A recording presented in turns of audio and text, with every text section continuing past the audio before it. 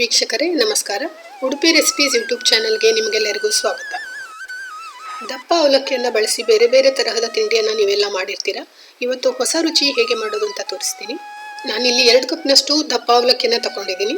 ಅದನ್ನು ನೀರು ಹಾಕಿ ಚೆನ್ನಾಗಿ ತೊಳ್ಕೊಳ್ಬೇಕು. ಮೊದಲು ಪುನಃ ಸಾಕಷ್ಟು ನೀರನ್ನು ಸೇರಿಸಿಬಿಟ್ಟು ಸುಮಾರು 5 ರಿಂದ 10 ನಿಮಿಷಗಳ ಕಾಲ ಇದನ್ನು ನೆನೆಸಿಡಬೇಕು.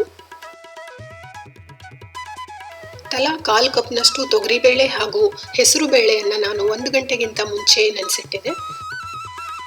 ನೆನೆಸಿದ ಈ 2 ಬೇಳೆಗಳನ್ನು ನಾನೀಗ ಮಿಕ್ಸಿ ಜಾರ್ಗೆ ಹಾಕೊಳ್ತಾ ಇದ್ದೀನಿ.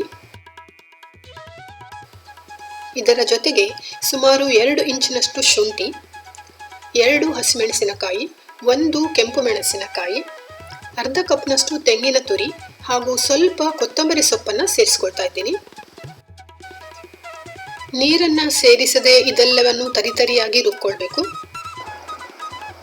ರುಬ್ಬಿದ ಈ ಮಿಶ್ರಣವನ್ನು ಒಂದು ದೊಡ್ಡ ಪಾತ್ರೆಗೆ ಹಾಕೊಳ್ತಾ ಇದ್ದೀನಿ. ಈಗ ನೆನೆದ ಅವಲಕ್ಕಿಯನ್ನು ಚೆನ್ನಾಗಿ ಹಿಂಡಿ ಇದಕ್ಕೆ ಸೇರಿಸ್ಕೊಳ್ಬೇಕು. ಗಮನಿಸಿ, ದಪ್ಪ ಅವಲಕ್ಕಿ ಚೆನ್ನಾಗಿ ನೆನೆದು ಮೃದುವಾಗಿರಬೇಕು. ಇದಕ್ಕೆ ಈಗ ರುಚಿಗೆ ತಕ್ಕಷ್ಟು ಉಪ್ಪು, ನಾನು ಸುಮಾರು 1.5 ಟೀ ಸ್ಪೂನ್ ಅಷ್ಟು ಉಪ್ಪನ್ನು ಸೇರಿಸಿದ್ದೀನಿ.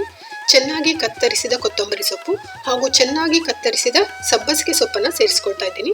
ಕೊನೆಯಲ್ಲಿ ಸ್ವಲ್ಪ ಇಂಗಿನ ನೀರನ್ನು ಸೇರಿಸ್ಕೊಳ್ತಾ ಇದ್ದೀನಿ. ನೀವು ಇಂಗಿನ ಪುಡಿಯನ್ನು ಕೂಡ ಸೇರಿಸ್ಬೋದು. ಇದೆಲ್ಲವನ್ನು ಚೆನ್ನಾಗಿ ಕಲಸಿಕೊಂಡು ನಾವೀಗ ಉಂಡೆಯ ಥರ ಮಾಡಿ ಬೇಯಿಸ್ಕೊಳ್ಬೇಕು. ಈ ಪ್ರಮಾಣದ ಸಾಮಗ್ರಿಗಳಲ್ಲಿ ನೀವು ಸುಮಾರು 10 ರಿಂದ 15 ಪುಂಡಿಗಟ್ಟೆಯನ್ನು ಮಾಡಬಹುದು. ಹೀಗೆ ಮಾಡಿಟ್ಟ ಉಂಡೆಗಳನ್ನು ಇಡ್ಲಿ ಬೇಯಿಸುವ ಪಾತ್ರೆಯಲ್ಲಿ ಸುಮಾರು 10 ನಿಮಿಷಗಳ ಕಾಲ ಅಥವಾ 15 ನಿಮಿಷಗಳ ಕಾಲ ಬೇಯಿಸಿದರೆ ಪುಂಡಿಗಟ್ಟಿ ತಯಾರಾದ ಹಾಗೆ.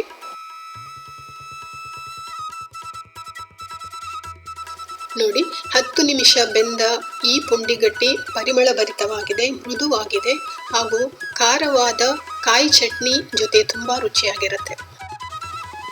ಒಮ್ಮೆ ಈ ತಿಂಡಿಯನ್ನು ನೀವು ಕೂಡ ಮಾಡಿ ನೋಡಿ, ಪ್ರಯತ್ನಿಸಿ ನೋಡಿ. ನಿಮಗೆ ರುಚಿ ಹೇಗೆ ಅನಿಸ್ತು ಅಂತ ನನಗೆ ಬರೆದು ತಿಳಿಸಿ. ಧನ್ಯವಾದಗಳು ವೀಕ್ಷಕರೇ. ಮುಂದಿನ ವಿಡಿಯೋದಲ್ಲಿ ಸಿಗೋಣ.